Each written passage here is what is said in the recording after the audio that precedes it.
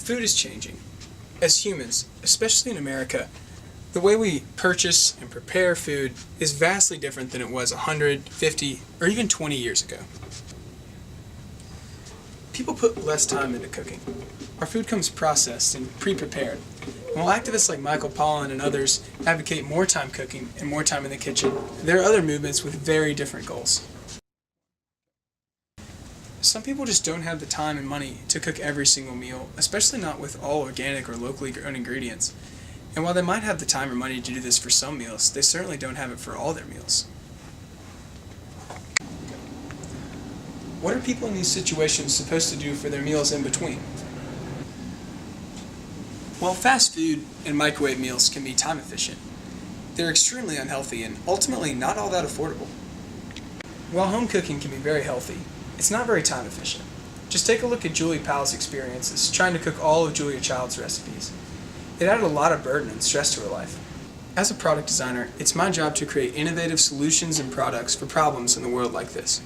Which is why I talked to my friend Reed Whetstone, who's been eating roughly 2/3 of his meals as a meal replacement solution called Joylent. It's a powdered soy product that can be ready-made for any meal. Let's see what he has to say. Alright, Reed, so explain your diet to me a little bit. So I've been using a meal replacement called Joylent. Joylent. So, and tell me a little bit about what's in this meal replacement that you've been using, and a little bit more about why you decided to pick this one as opposed to other meal replacement solutions. Basically, you buy a package. It's a little pack, and each pack has 3 meals in it. And the pack contains 100% of your daily values of nutrition, protein, basically anything you need. So every meal would be 33% of your daily intake. Okay, so how many meals would you say you eat a day of Joylent? Usually breakfast and lunch, sometimes dinner, but I usually try to cook something for dinner. How much do you think that your van life, if you will, contributes to the fact that you eat this way? I can definitely see other ways that people could put this into their diet. Like if you just wanted a quick meal at lunch or something and you had something to do. Sure. But if I wasn't living on the road, I think there's a high possibility that I ever even would have looked into it. It's about $2 per meal.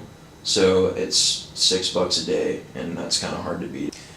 Now, Reed, you studied industrial design for a couple of years, which is my current major. And so tell me your thoughts on this from a designer standpoint. As a product design major, what are your thoughts on this as a product? Yeah, I think it's an interesting way to approach the idea of food and the issues behind it.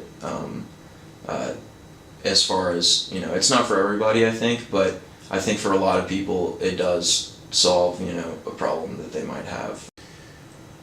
So my last question for you is, would you recommend this to others? And if so, who specifically would you recommend it to? For people on the go, people that want to use it like when they're in the office or just like want it to be quick and they've got to go somewhere, stuff like that. All right, well that's all the questions I have for you today. Thanks so much for coming in. Long live Joylent. Thanks, Adam. Joylent, or Jimmy Joy, has the USDA recommended amount of fiber, fat, calcium, and carbs per meal. It also has a large amount of protein and added vitamins and minerals. With all this in mind, Joylent seems like a fast and affordable solution for people to get their 3 meals a day. Perhaps solutions like this should be considered on a larger scale.